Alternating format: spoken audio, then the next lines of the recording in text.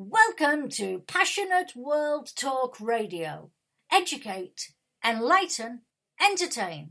Good morning, good afternoon, good evening, and welcome to the Writer's Stop, the show where writers from all walks of life drop by to talk about writing in all its forms. We have authors who'll chat about their own books, the joys of traditional versus self-publishing, and perhaps even answer the eternal questions. What exactly should you put in a query letter, and how do you write a synopsis? They will help you to avoid any pitfalls so that you can learn from their mistakes. I'm your host for the next hour, Elizabeth James, and I look forward to hearing more about your journey into the publishing world.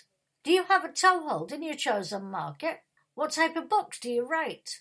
Are you struggling to find a home for your magnus opus? Stay tuned to find the answers to your many questions over the coming weeks and months. We have competitions, giveaways, and many other opportunities for you to stretch your writing muscles. Don't let them go to waste. Use them or lose them. Don't let a lack of confidence hold you back.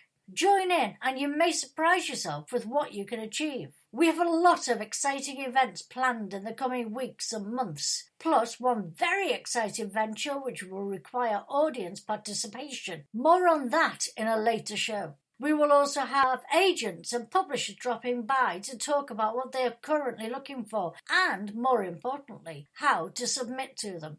My guest for today is one of the best writers that I've come across in her genre for a very long time. Allison Hubbard is here today to talk about her wonderful romantic comedy, Dibs. Allison will be talking about her writing process and many other subjects throughout this interview. Allison, thank you for joining us. Thank you for having me. I know it's been a long night for you, Allison. You've already had a busy day, and we've had endless technical issues, so I really appreciate you staying around to do this interview with us today. I absolutely love this book, I have to be honest. Allison, it's going to be a lot easier for you to explain it because you wrote it. Could you give us a quick synopsis of what the book's about? Sure. Well, Dibs is a contemporary romance, so I know some people assume with things like romance you get pirates or castles or maidens in distress, but we feature a young woman who is actually recently divorced, who has made a career change and is trying to get her life started again and finds love in a really unexpected place, which is a work training. And she's not looking for it. It's not something she's even really thinking she's ready for. And she has to navigate some of the internal chaos she has to find that she can kind of move forward, and she can do it with the person that she didn't expect to meet, which is a coworker of hers that she's at this work training with.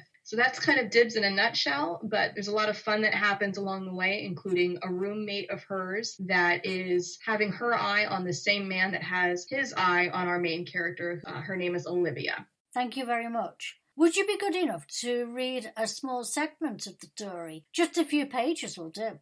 Sure. So just a little intro. This is from the second chapter of the book, and we are traveling to the conference. We haven't gotten there yet, and just as an aside, the main character is on the airplane and she doesn't know that she's going to be going with anyone else. So she thinks she's going on this trip by herself.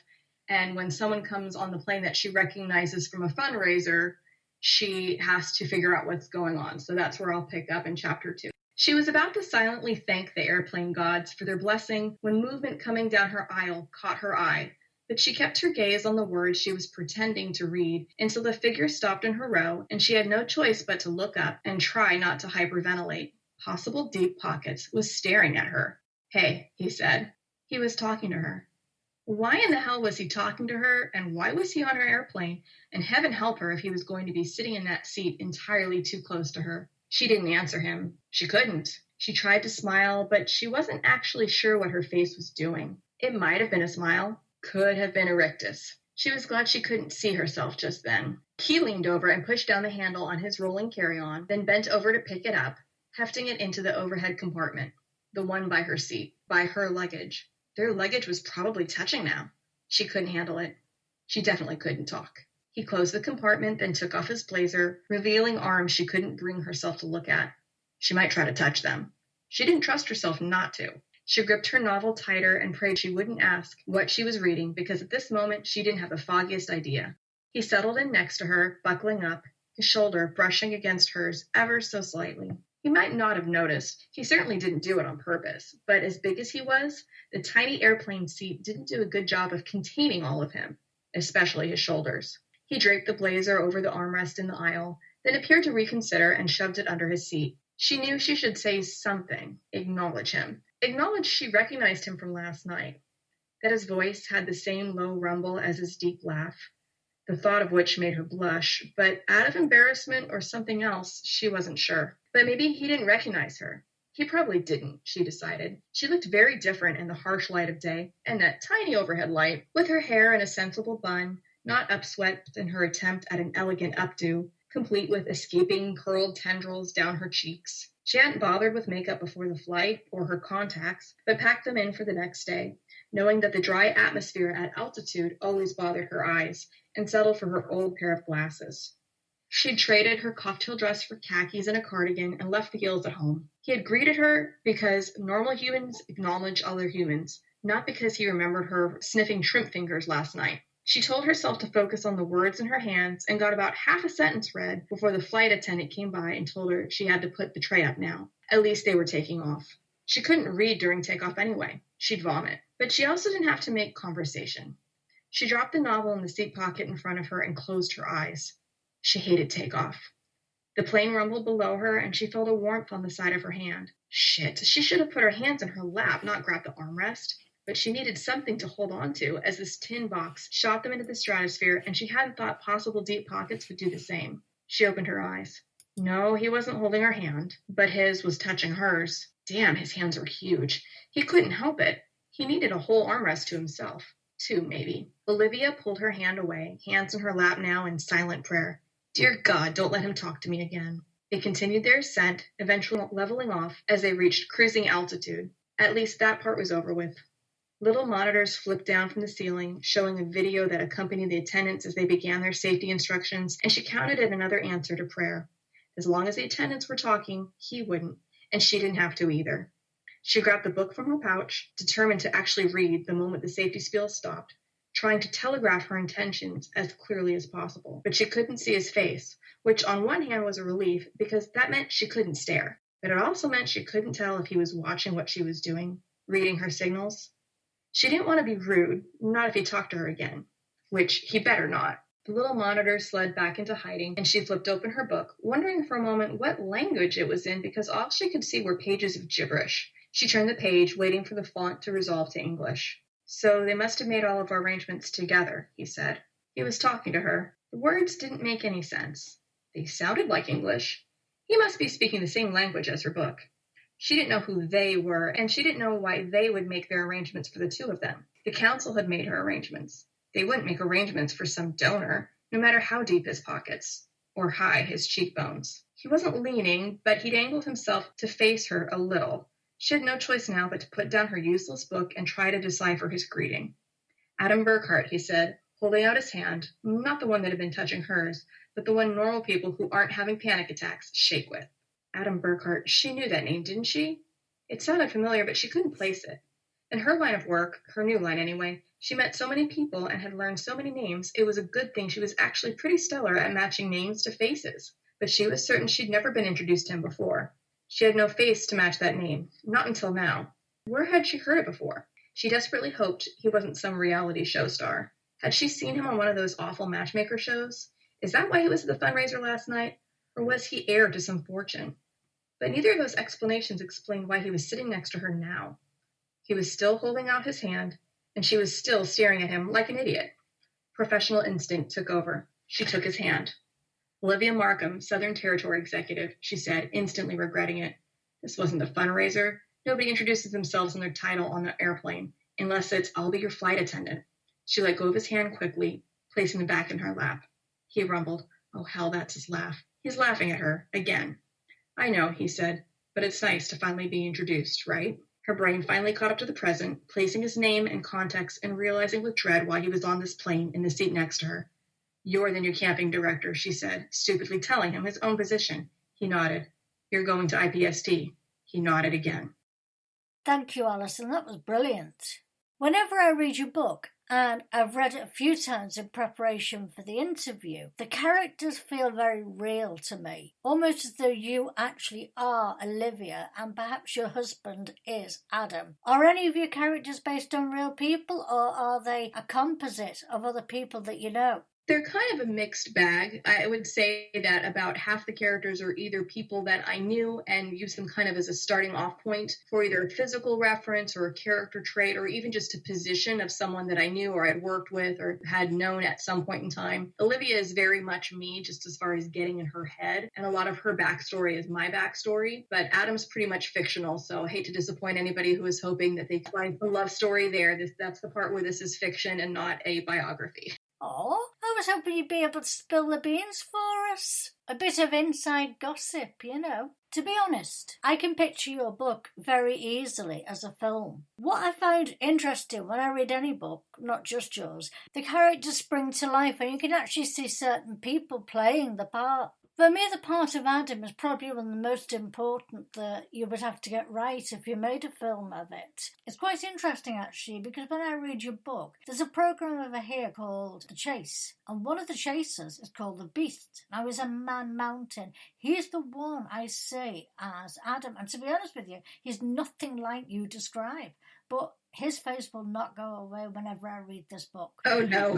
What I'm going to do now is go to a quick station identification. When we come back, we'll talk more about your wonderful book, Dibs, and more about your writing technique. Stay tuned, guys.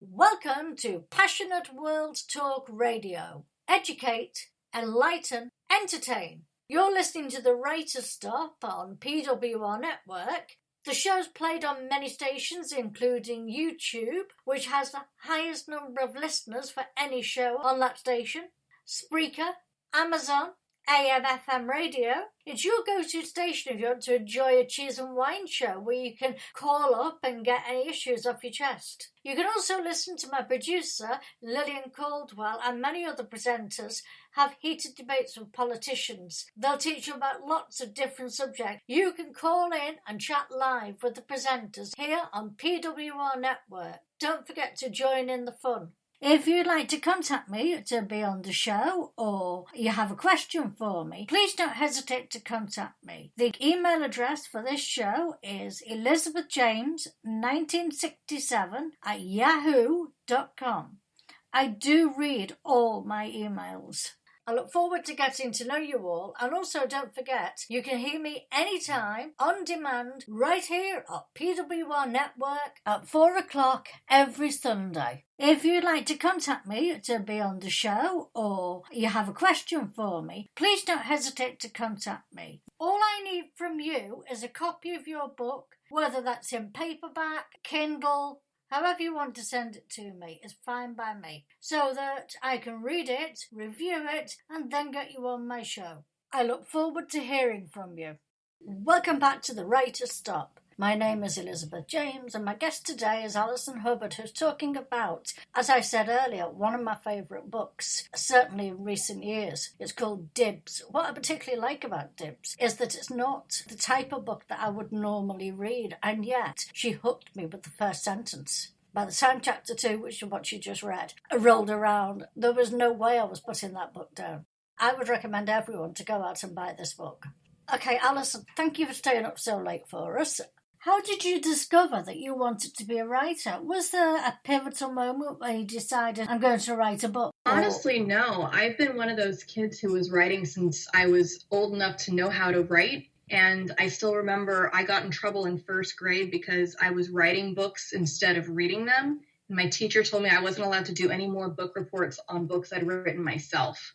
So I wasn't always sure if it would be something that I could make a career out of, and that's still kind of up in the air because being a professional writer is something that not well paying until you're at that level where you're so famous that everybody's banging down your door to get the next copy of your book. I'm certainly not there yet with just one book out and hopefully more coming, but it's definitely something that I've always wanted to do, and I don't remember a time in my life when I wasn't writing at some level. but usually just for my own sake and not doing anything with it. So actually pursuing it professionally has been really recent, but I can't tell you when I started because I do remember seeing my dad's office when I was around 6 and getting to use his typewriter. So that might be the first time I typed something out. That's fascinating because you're so similar to me. I've got a similar backstory. I know you just mentioned that hopefully with more books in the pipeline. Can you just tell me, the books that you're going to write, although they are sequels, are they standalone or are they sequels that you have to read the first book? So the first book that I have that's going to be coming out soon is called Since September, and I'm going to launch it in September just because that way I'll remember when it comes out, because it's there in the title. And that one is definitely a sequel to Dibs, and it features the same main characters. And I do have a few people reading it right now just to get some feedback for if you don't know these characters and you don't know their history, can you still enjoy the book? So I would say, I think someone could still pick it up and enjoy it, but you would just get so much more out of it if you see these characters and know their history and know how they relate to one another. But there are new characters introduced or characters that were definitely side characters who come to the forefront in the next book. But it's kind of weird because I'm not primarily a romance author, or at least I never thought of myself as one. Like, you've introduced me by my real name, which is Allison Hubbard, but I publish under Allison Martine, and people have asked, why do I do that? And the big reason I do that is because I also write literary science fiction. And when I write that, I will be using a different pen name just so that it's clear which kind of vein I'm writing in. And for that, I write under AM Hubbard. So it's my first and my middle, the Allison Martine get shortened to AM, and then I use Hubbard. So right now, my agent has that book that I have that's the literary science fiction, and it's out on submission, but I don't have any kind of projection about when that could get picked up and how long that will take. That process is just longer, it's slower. The book Dibs is through a small publisher, and that's just a faster turnaround time. So Dibs was actually written more recently than my literary sci-fi book, which is called The Garibaldi Waltz. But that one isn't set to come out until someone decides to publish it. So I can't really give more details on that because I don't have more yet. I wish you the very best of luck with that book, and I hope you return to talk more about it when the book is released. Well, I hope I'll have information on that. Right now, the best I can tell you is I'm writing the third book that follows Dibs and Since September, and I'm about a third of the way through that, I think. It's been kind of slow going here in quarantine and also having books coming out. And after Dibs was released, I was getting edits for the Garibaldi Waltz. So it's kind of having my head in multiple worlds to go back to the science fiction world and then bring my brain back to the romance world and remembering where these characters were and how their relationships work. So hopefully I'm able to keep my head in the right world at the right time. I was going to ask you, I wasn't going to use this question now, but I will because you just reminded me of it. You obviously write more than one book at a time. Do you find it easier to write several books at a time, or do you think people should focus on just one book at a time? I'm thinking about writer's block. When people get writer's block, how they handle it. Do you find you don't get writer's block because you're working on more projects? Well, I generally only write one at a time. Just time-wise, I finished Garibaldi Waltz at the end of November, and then I started Dibs after that. And then as soon as I was done with Dibs, I wrote the sequel to it. So those were both done before I had to go back and do the edit. And I didn't start writing the third book, which doesn't have a title yet, but the ones that follows Dibs and those characters, that one doesn't have a title yet. I didn't start writing that until I was done with the edits. So I'm definitely not someone who goes back and forth between projects. And even just doing the edits for the sci-fi, it took a little bit of time to get my brain back in there and to be able to write that style again, because both of them are natural for me, but they are different. So it's almost like having two native languages and having to be immersed in one, and then you move to a new country and have to switch from Spanish to French or Portuguese or whatever other tongue you speak. So that's kind of how I did it. But as far as for writer's block, I know that's something that's come up a lot in different writers groups I've been in. And I know for me, I joke, I'm one of the people who, I'm not someone who outlines and does all that. I'm a pantser. I'm someone who feels the story out as I go.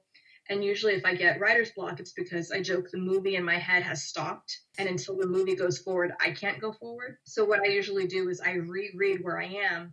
And usually that helps me figure out where the story is.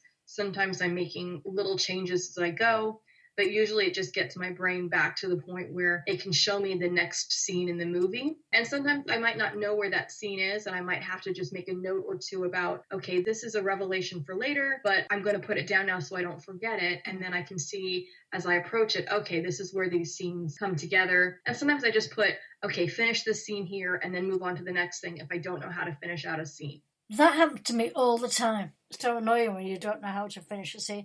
Talking about finishing, when you are writing your books, one issue that comes across a lot when I'm talking to people about writing is they don't want to finish their books because it feels like they're saying goodbye to the characters. Do you find it easier to start or end a book, and why? I've never had that issue having to say goodbye to the characters. And it's funny because the Garibaldi Waltz is a standalone, and it always felt to me that it was going to be a standalone.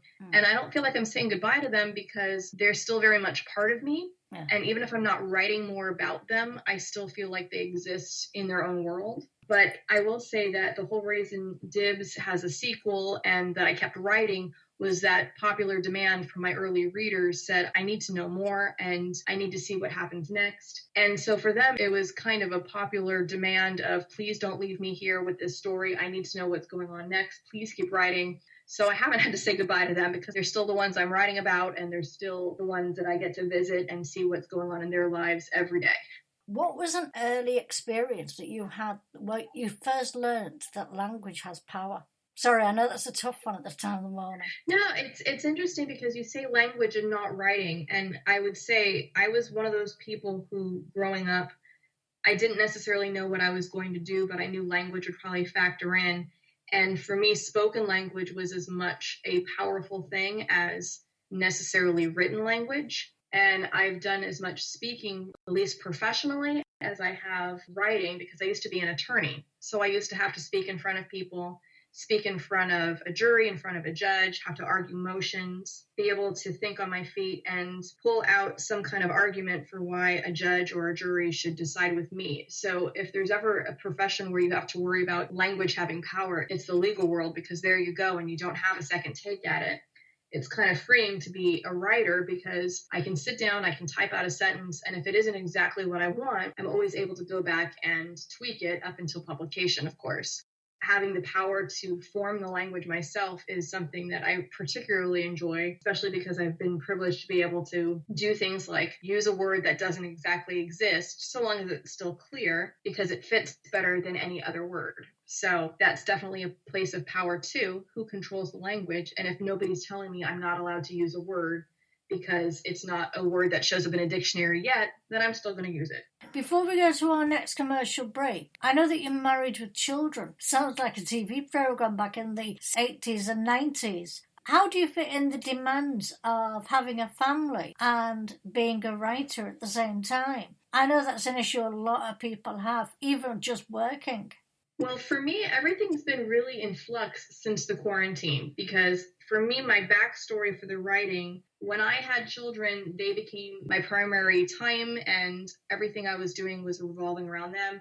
And writing just didn't happen for a long time because even if I did have a little bit of time, I would be emotionally and physically spent, that anything I would write wouldn't be of any quality. It wasn't really until my youngest started preschool that I was able to fit writing in on a regular schedule, which is how I say my literary sci-fi, I finished it in November. He started preschool in September.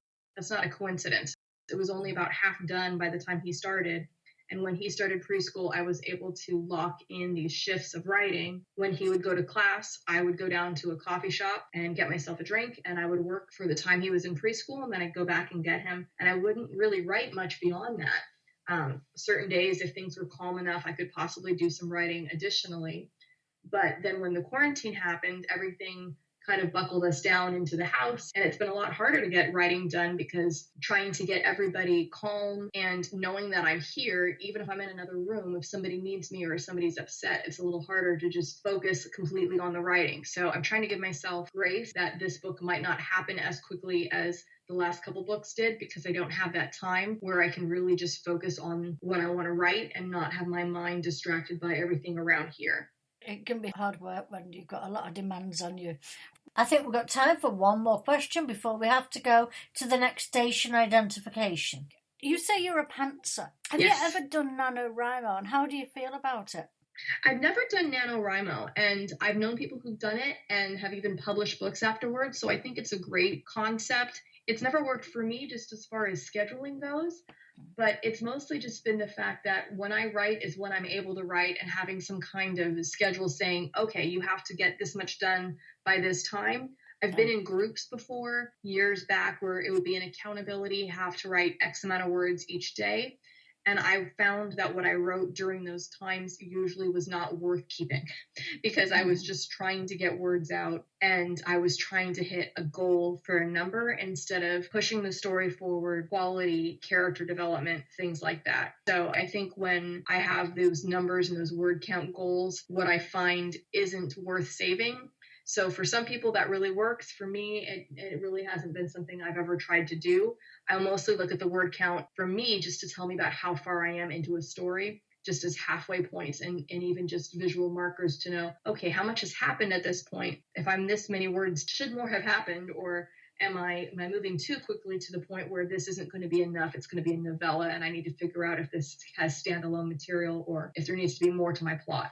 Do you actually have a word count in mind for each book that you write? Not really, beyond just the general genre standards. So, for example, the Garibaldi Waltz is quite long, but for science fiction, it's about average. For romance, it usually isn't quite as long, depending on if it's a historical romance or a contemporary romance. And I prefer, especially with romance, I don't prefer to read books that have a lot of filler. I like things to be fast-paced, and one of the jokes I make about Dibs is it's kind of a real-time romance where we are with our main characters for several days and go through things with them. And so I don't draw it out, and when things wrap up, I don't spend a lot of extra time just to fill out more pages. So if someone would have said, oh, you need to make this a bit longer, I know places I could have padded it, but it would have been padding. It wouldn't have been really building the story in a way that would have made any sense to anyone. And it might have been enjoyable, but it wouldn't be what I thought readers would want, which would have been a tight read with good characters and a strong plot. And then when I wrote the sequel, it ended up being a little longer, but it also just has a different plot. So I try to write based on what needs to happen in the story, not based on word count. Yes. So where I am now, I have a feeling this one might be a little longer even than the sequel, just based on what's happened so far and what I still need to happen in the story as it goes. I have to confess, I absolutely hate short books, but Dibs is a special case as far as I'm concerned. How many pages is Dibs? How many does it work out to? It's 200 something. I forget because the word count is like 73,000, but the word count is based on is set, but the pages, it depends on whether you're looking at it on a Kindle or a paperback. Yeah. The size of the paperback, it's a bigger paperback, so the pages are a little bigger than the standard that you might get at an airport. So it means fewer pages, but they're bigger pages. Yeah. And I like longer books myself too. Like some of my favorite books are quite long. I love The Stand, and I love a lot of the books that have epic stories, but then they're epic stories and they have a lot to fill it out. Yeah. I've also read a lot that I can tell has a lot of filler or multiple storylines that ultimately aren't very interesting. And even the main characters or the main storylines really didn't need to be as drawn out as they were. And it's just like the author got told, well, you're getting paid by the page. So they just wrote, and I didn't enjoy a lot of the journey to get there. I was going to ask you about characterization. How important is the character's past to how they react? I think it's kind of everything because that's how humans react. Yeah. We don't just act in a vacuum, we're always reactive. So I know for me, it helps knowing to be able to draw some of my own backstory to know how my character would act, but also knowing some of the other characters and why they would do things, sometimes even things that might have seemed out of character at first, but when you know their full backstory or you know more about why they're acting a certain way or what leads them to act a certain way, it definitely helps. We're going to go to a quick station identification and we'll come back to Allison to talk more about her writing process.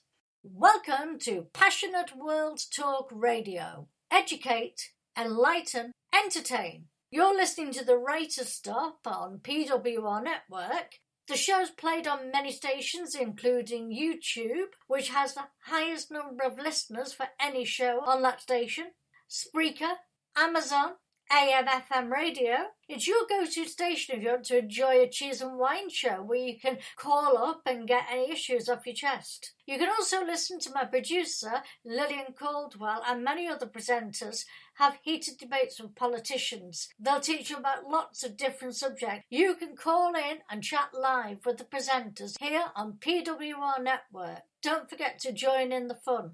If you'd like to contact me to be on the show or you have a question for me, please don't hesitate to contact me. The email address for this show is elizabethjames1967@yahoo.com. I do read all my emails.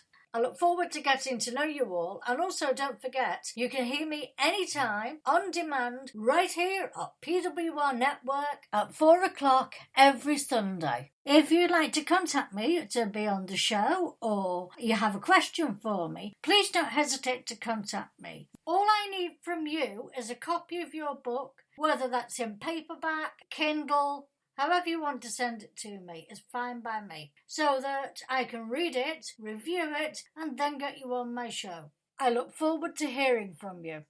Welcome back to the Writer's Stop. My name is Elizabeth James, and I'm with Allison Hubbard. We've been talking about her fabulous book, Dibs. You all need to go out and buy this book right now. Allison, I mentioned a little bit earlier that I can see your book as a film. Do you personally think you could make it into a film? Is that something you'd like to do? And who would be the actors who would play the parts?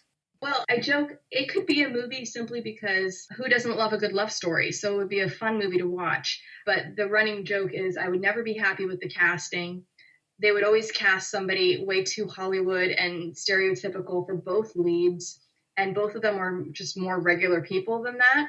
And one of my friends, when she read Dibs, her comment was, I love Olivia because I'm Olivia and you're Olivia and anybody could kind of be Olivia. And it's not because she's not fleshed out, but she's just very relatable. And so if we got some really typical Hollywood starlet who any man would look at and fall in love with, it stops being quite as believable or even as relatable because we're not all Hollywood starlets. I certainly am not. But my sister was trying to send pictures of who she thinks could play Adam based on just the descriptions. And she was just getting more and more ridiculous with her suggestions. So I was laughing because one of the things I would love to do at some point is, as you were saying, you had the person you pictured. Everyone has their own picture of who this person would look like. At some point, I want everyone to send me their pictures of this is who they picture Adam as. And I'm going to do just this collage, everybody's version of Adam. Because just as much as everyone might relate to Olivia, they all have their own idea of who this ideal man is. And I try not to make him too perfect, but there are things about him, the beauty marks on his face or his imperfect smile, that yes, he's definitely attractive. Otherwise, you wouldn't have not just your main character, but also her little roommate swooning over him. But he's not someone necessarily Hollywood is going to cast as a lead and say, oh yes, here he is, your perfect all-American Joe. That's not who he is either. So you can't see Tom Cruise playing the part. Oh, well, he's about a foot too short. I say that because I'm thinking about how Tom Cruise got the part of Jack Reacher. Yeah. Now, Jack Reacher, written by Lee Childs, is this huge guy. He's a bit like Adam and Man Mountain. Yeah. When Tom Cruise went for the audition, he took everything you could think of, cakes, biscuits, sweets, and he said, I really want this part. They all said, you're too small, but he said, I will think big. Yeah.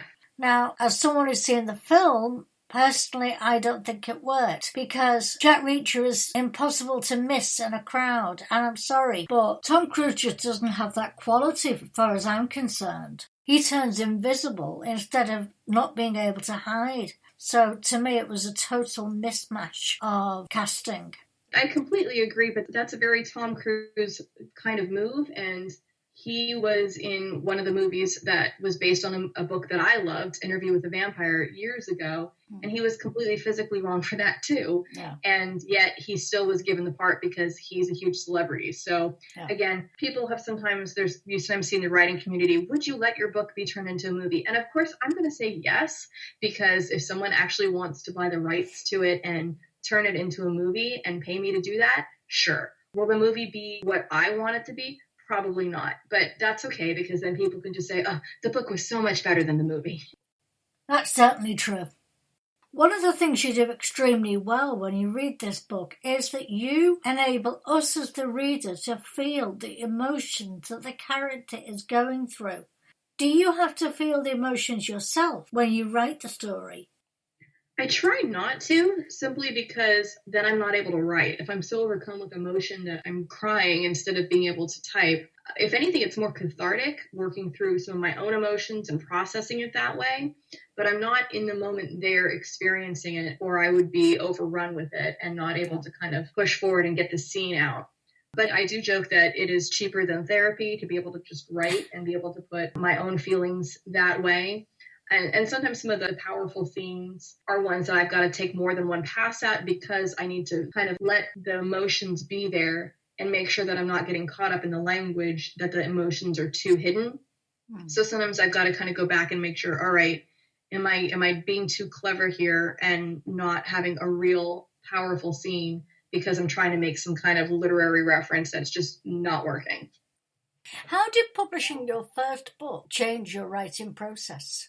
It was actually really freeing, because the process for me, it was actually kind of scary when I realized I was writing a series, because I hadn't really set out to write a series when I wrote Dibs. I wrote Dibs kind of just to see if I could write a romance, because it wasn't a genre that I generally read in or write in, but I felt compelled to do it. So I wrote it, and then when I wanted to write the next book, I realized, okay, well, what happens if I get the first book and the second book and I can't get them published, and here I am writing a third book, and I don't even know if anybody wants to read the first book. And in some publishing places, they will make you make massive changes to the characters or the storyline. Or what if they like the first one, but they say, okay, but the second one, I don't like that you're following this plot line. I want you to do this plot line instead. And some publishers have that kind of control. So it was really freeing to find out that Dibs was getting published, and that I would retain a lot of the creative control over things. And that let me then feel free then to start writing the third book, like I said, after I was done editing my other book. But if I hadn't gotten the first one published, I don't know if I would have felt free to write the third one, because I would think I would possibly be wasting my time if I was writing something that ultimately would never see the light of day. So which would you say was more important, writing for yourself or for publication? I only ask because I had an author the other day say to me, look, it's not worth writing just for pleasure. You must always write for publication. I'm just wondering what your take on that is. I think that's kind of complicated, because the idea of just writing for yourself is all well and good, but the minute you start showing it to somebody else, or even think of showing it to somebody else, you are writing it for some sort of publication. Whether or not it's a paid publication is a separate issue. But I will be honest, I didn't write Dibs to have it published. I was just trying to see what would it be like to do this kind of story. It was more simplistic and straightforward than what I usually wrote, and I wasn't even sure if I had it in me to write it. And one of the scenes, and I won't say which one, but since you've read it, I can tell you later which one it is. One of the scenes I had to actually revamp, because when I originally did it, it was full of copywritten material because it featured lyrics. You can't use a bunch of people's lyrics if you aren't paying for it. So I went through then, when I decided, okay, you know what, I am going to go ahead and get this published, I had to rework that entire scene. So there are still lyrics in Dibs, but they're all original. They're ones I wrote. I'm so looking forward to find out what that piece was. What is the hardest part of writing for you? I would say the hardest part of writing for me is when I sometimes, and this is part of being a pantser, when I think I know where things should go, but I'm scared to press forward, because I know once I do, I'll start closing off other avenues of possibilities, if that makes sense. Yes, it does. Because until I start following that, there's always a chance, well, I could always make it a little different, or I could always try a different thing. And Dibs was different in that Dibs arrived in my head almost as a complete package. I knew everything that I wanted to happen. I knew the characters. I knew even dialogue in certain scenes. It really was like the movie just got beamed into my brain, and I just had to type it out. I didn't feel that way about Since September, and I certainly don't feel that way about the book that I'm writing right now. And so I'm more finding my way forward, waiting for the movie to catch up. And then if I see the next scene, I have to decide, is that what I'm going to go with, or do I want to see if there's a different scene that might happen? So it sometimes can be a slow process, and then just being patient with myself and deciding, okay, there's nothing that stops me from typing it out. And if I decide it's not what I want, from striking that or moving it to a different document. and trying a different version, that I could try out multiple versions to see what I like. But I'm just not sure whether I would be able to actually do that, if I'd be able to pull it out and then say, okay, this isn't where it's going to go, because it's almost like once it's on paper, it becomes reality for me. Yes. You're going to have to talk for a moment about editing, because you just brought up a subject that's very important.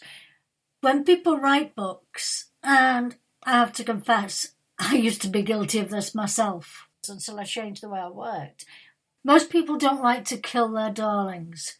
They have a favourite scene and they want to keep it no matter what, and they try to shoehorn it into a scene. Even if it doesn't work. Yeah. How do you deal with a situation where you know instinctively that although you like the scene and even your better readers like the scene, it's wrong for the book? I'll tell you how I deal with it in a minute. Well, I think the big thing for me is figuring out why the scene was there in the first place. So I think for some, there are scenes that there's a funny line or a great reference. And I think I dealt with this the most in my literary sci-fi, because when I was writing that, it was this process of scenes that were narrative based and then scenes that really weren't. And there was some really beautiful prose in some of the scenes that weren't narrative. And then ultimately, some of those had to go, because it was going to slow down the pacing too much. And some of them were necessary for the narrative, but not all of them. And some of them tied more tightly to the narrative, and others were like, this is interesting, this is beautifully written.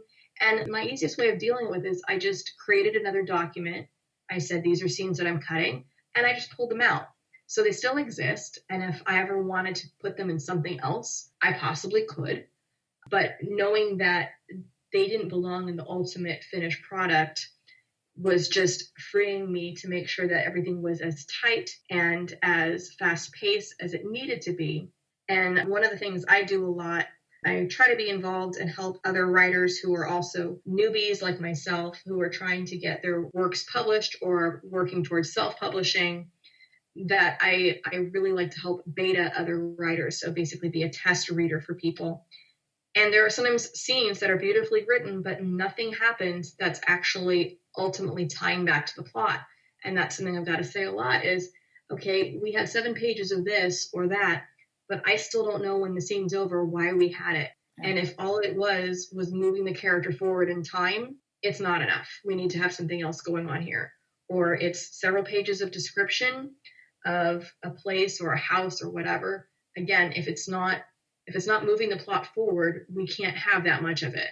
Yeah. A little bit of description here and there is great, but I know personally, I don't want to read 7 pages of that. I don't want to read 7 pages where nothing really happens. But sometimes I think it's hard when you're the writer and not the person outside it to see the difference between something that's developing characters and the relationships and giving us a glimpse into who they are and making the plot go forward internally versus nothing actually happening.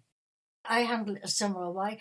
When I write my own books, I try to get the scenes, and sometimes something will trigger and I'll write a memory. And people say to me, I feel like I'm there, but especially when I read Dana back, I discovered that a lot of what it was purely memory. In a way, it was like going down memory lane. So you have to sometimes be brave and remove your favourite scenes, but I'm glad you do the same thing. I copy and paste into a different document. Yes, you can save them. I mean, The joke is, I know I've seen this sometimes with movies, is you get the additional scenes and you see them later. So even if it was a beautiful scene, if it ultimately didn't work for the episode or the movie, then okay, you can share it in the director's cut later, but it doesn't belong in the final product. Exactly. The problem with the film is that you sit there and you watch it, but what 40 pages of the book do you want? Because roughly that's all you've got when you do an adaptation, is about 40 pages of the actual book when they do the film, which is not as much as you'd think, is it? No, not really. Which may be why people always complain that they don't like the movie adaptations of some of their favorite books, because it loses so much. Before we talk about anything else, we're just going to go for a quick station identification. Stay with us for the final quarter. Welcome to Passionate World Talk Radio. Educate, enlighten, entertain. You're listening to the Writer's Stop on PWR Network. The show's played on many stations, including YouTube, which has the highest number of listeners for any show on that station, Spreaker, Amazon, AM/FM radio. It's your go-to station if you want to enjoy a cheese and wine show where you can call up and get any issues off your chest. You can also listen to my producer, Lillian Caldwell, and many other presenters have heated debates with politicians. They'll teach you about lots of different subjects. You can call in and chat live with the presenters here on PWR Network. Don't forget to join in the fun. If you'd like to contact me to be on the show or you have a question for me, please don't hesitate to contact me. The email address for this show is elizabethjames1967@yahoo.com. I do read all my emails. I look forward to getting to know you all, and also don't forget, you can hear me anytime, on demand, right here at PWR Network at 4 o'clock every Sunday. If you'd like to contact me to be on the show or you have a question for me, please don't hesitate to contact me. All I need from you is a copy of your book, whether that's in paperback, Kindle, however you want to send it to me is fine by me, so that I can read it, review it, and then get you on my show. I look forward to hearing from you. Welcome back to the Writer's Stop. My name is Elizabeth James, and my guest for today has been the lovely Allison Hubbard. Do you have plans to bring out an audiobook version of this book, Allison? Well, I would love to do one. I don't know all the logistics yet, and I've been talking to a few friends who know a lot more about it than I do. I would love to have one done. I would not want to be the one reading it. I have a hard time. I can speak more easily usually than I can reading, and I don't know why that is, but I'm also very specific about how some of the lines need to be said. So whoever would do it, I would want to be there, not necessarily in the room, but making sure that they understood the inflection for different lines and all that. The hard thing for me would be the narrator would most likely need to be female because the internal voice, it's a third person limited point of view. So it's primarily in Olivia's head. So I would need somebody who could really embody Olivia. And one of my dear friends has said she'd be willing to do it, and she would do it perfectly. She has a much better radio voice. She does streaming and things like that. She could absolutely do it. But I still don't know how she would do his lines because I have a very specific sounding voice in my head for Adam's lines, and hearing a female say it, I think would throw me off. So I would probably just have to just grin and bear it and say, all right, here you go. I don't know if when they have romances, if they've got a male come in and read the men's lines, or if the woman just reads them and tries to make her voice sound low. It is done both ways. I mean, when I read it, I simply change my inflection when it comes to a man. I've done hundreds of audiobooks, and I change the tone of my voice and things like that, but I have seen it done. When they have an actor come in and play the part, it feels a little bit like a stage play. It does. It ends up being kind of reader's theater, and I have another friend who's offered to do it, and he would be able to do the straight narration. So we've talked about maybe him doing a teaser, and he's got an amazing voice. But he also has an accent, which I love, but it doesn't actually work for my book necessarily because my characters are American and he is not. But I think I could accept it anyway to go, You know what? Everything sounds better with a British accent. So we'll just say, go ahead. And for narration, the narrator can be British because why not? This book's very original. Is that a conscious effort on your part? I mean, do you go out of your way to be original, or do you prefer to deliver what the public expect? I think in my case, when it comes at least to the romance, I'm just writing what I want to write. And this is where I admit I'm not a big romance reader. And because of it, I don't even know what the standards are, or at least I didn't when I was writing this. And then afterwards, part of the querying process often involves going and picking what they call comp titles, where you pick a book that is very similar to yours. And I had some friends who were trying to give me guidance on, okay, here are some books that are kind of like yours. And then I would pick them up and read them, and the voice would be completely different. The tone would be completely different. I had a really hard time finding books that felt like this. And the thing that I keep hearing is Dibs is the romance for people who don't like to read romance. And maybe it's because it was written by somebody who doesn't read romance. So I do have friends who love romance and say they love it, and it totally does fit what they expect. But I've had people say, I don't read romance because I don't like the corny characters or the tropes or people acting stupidly just to draw out a plot. And I found that to be pretty common in romance books. Certainly not all of them, but several of the comp titles had things like fake fiancés and people who lied to each other to spare each other's feelings, but then the whole book is just a misunderstanding for the sake of having that misunderstanding, or people who say, well, we don't initially think that highly of each other, so we're going to sleep together in the first chapter and then lie about it to our friends for a while. None of those stories really speak to me, and they don't speak to my experience. They all seem much more silly and unrealistic, and I'm sure those situations probably have happened in real life, but I couldn't relate to it. So for me personally, I wrote a book that came out of my own heart and from my own experiences, with obviously a healthy dose of wish fulfillment and imagination. But I wasn't necessarily trying to be original so much as I was just trying to tell the story the way I would want to tell it, which I don't think is the way most romance writers write, because I guess I'm not really one. I would disagree, because I think you are one. What I've read of Dibs, and I want to read a lot more of your work. I want to read everything you've got, even science fiction, which I don't normally read. That's how good your writing is. No, thank you. Obviously, when you talk about a romance, you have to deal with sex scenes. Dibs is beautifully written, and so much is left to the imagination. Was that a deliberate ploy on your part? And how do you feel about writing sex scenes?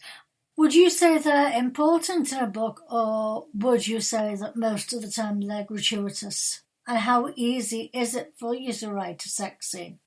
Yeah, I think it really depends on just how the story feels. And one of the things one of my readers told me afterwards is she liked that when certain things actually occur, that it's more of a fade to black, that we know what's going to happen, but we don't necessarily have to see body parts or any kind of really specifics, because we all know what happens. We don't need to have blow by blow, no pun intended there.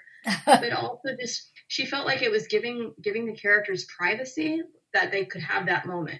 And I don't necessarily think I was trying to approach it that way, so much as I feel like when I write these kind of scenes, I walk the reader right up to where it's clear what's going to happen, and then I can back away, and then I come back after it's been clear what's going to happen. So I don't necessarily have a problem writing those scenes, but it's not the level of where Dibs is. It's not erotica. It's not meant to have gratuitous scenes in there.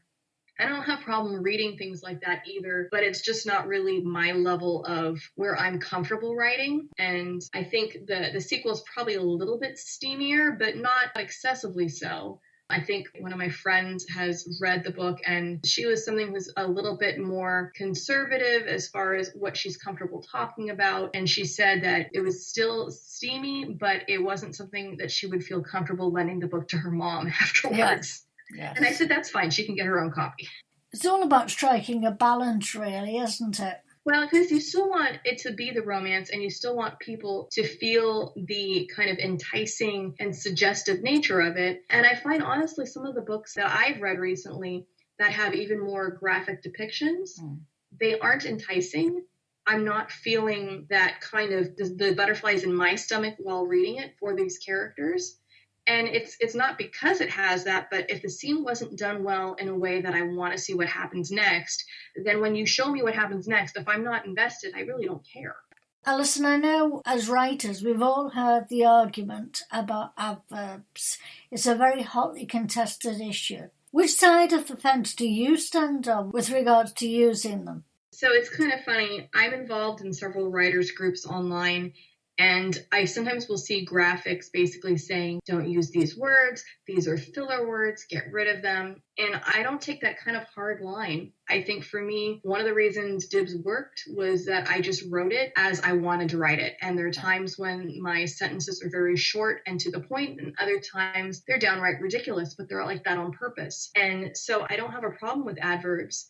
I think they can be overused, and I think they're not always the best choice. But there are some people then who I've read their writing, and it's clear they took that advice of remove filler words and remove adverbs and make sure everything's as tight as possible. And the result is just dry, burned toast. It has nothing that has any kind of flavor or personality. And I think each writer has to find their own voice. And I feel like Dibs for me worked when I wrote it because I was just letting my voice be free, and I wasn't really worried about, okay, what is somebody going to say here? Are they going to have a problem with me using a bad word? I do have some older readers and people that know me locally who, when they said they were going to buy the book, I was sitting there going, okay, but please don't hate me afterwards, because some of the words are a little harsh and words I try not to use in my own speaking, or at least not around children. But I don't have a problem with adverbs when they help.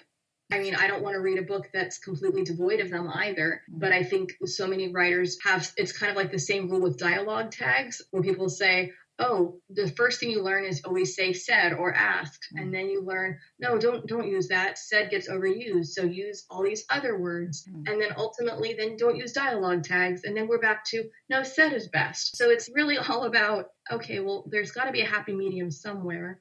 Read it and see what makes sense. If you read something where it's just said,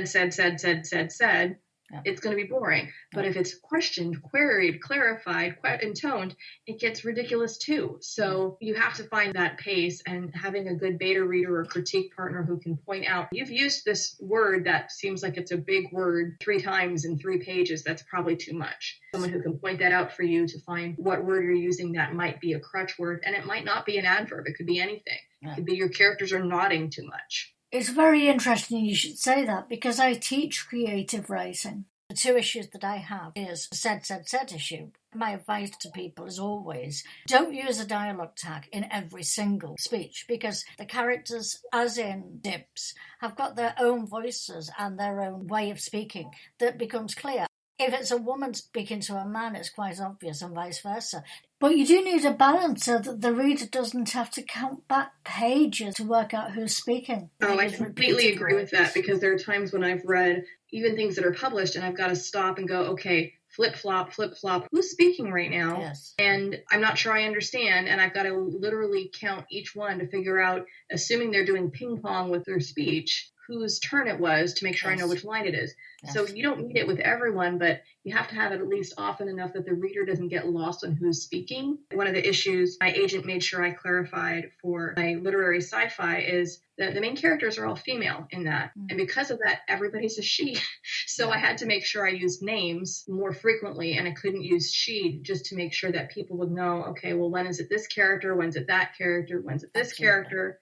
Especially if I had triangulated dialogue between 3 female characters. I'm reading a series of books at the moment, which I love, but I will say the author has things like, she nodded her head, she shrugged her shoulders. And where else can you nod on your body? Where else can you shrug if not your shoulders? So, there is a balance of being sensible.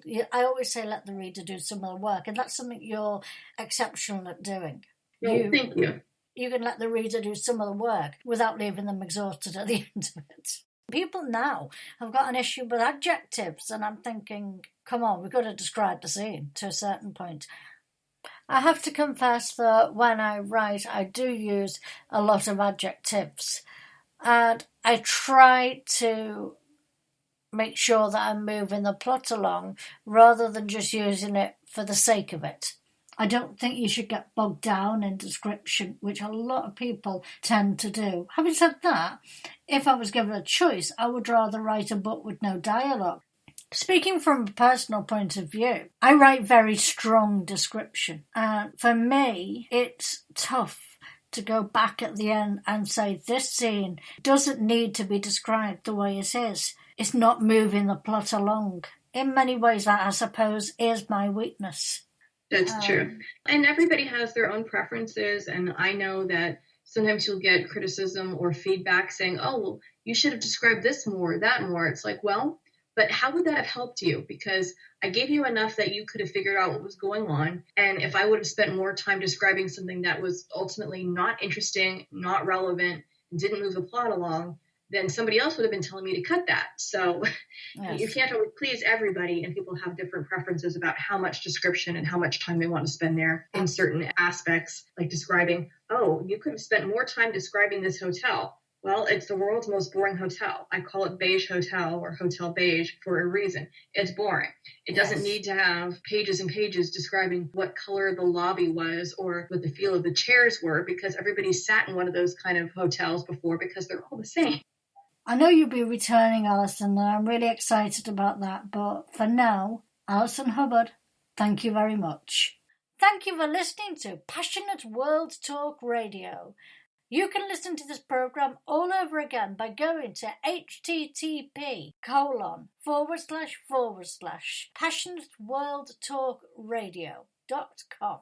You can also hear it on Spotify, Amazon, Spreaker.